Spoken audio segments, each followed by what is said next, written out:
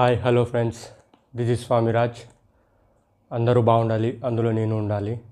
పౌర్ణమి movie చూడడం జరిగింది. ఈ మూవీ గురించి రివ్యూ చెప్పాలంటే మినిమం మూవీ నాలెడ్జ్ అనేది ఉండాలి. అలా కాకుండా ఎవరు పడితే వారు చెప్తే ఎలా ఉంటుందంటే, Pournami movie, Khaleja movie, orange movie లాంటి ఇంకా చాలా మూవీస్ అప్పట్లో బ్లాక్ బస్టర్ కావాల్సిన మూవీలను యావరేజ్ ఫ్లాప్లుగా చేశారు. నేను మూవీ స్టోరీస్ రైటర్ను. నేను రాసిన మూవీ స్టోరీస్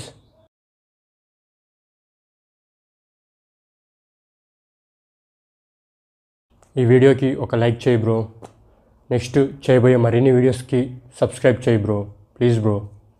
మన డార్లింగ్ రెబల్స్కే రెబల్, మన రెబల్ స్టార్ ప్రభాస్ అన్నకి పుట్టినరోజు శుభాకాంక్షలు. ప్రభాస్ అన్న, నువ్వు ఇలాంటి పుట్టినరోజులు ఎన్నో జరుపుకోవాలని ఆ శివుని ఆశీస్సులతో నేను కోరుకుంటున్నా. నీతో వీరుల నగరం మూవీ ఎప్పుడు తీస్తానో అన్న.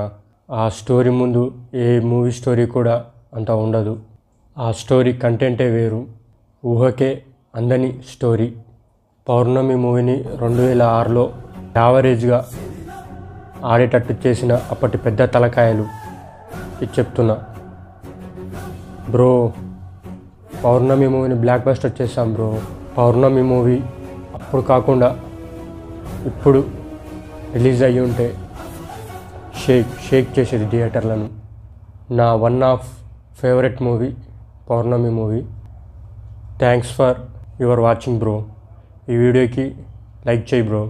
నెక్స్ట్ చేయబోయే మరిన్ని వీడియోస్కి సబ్స్క్రైబ్ చేయి బ్రో.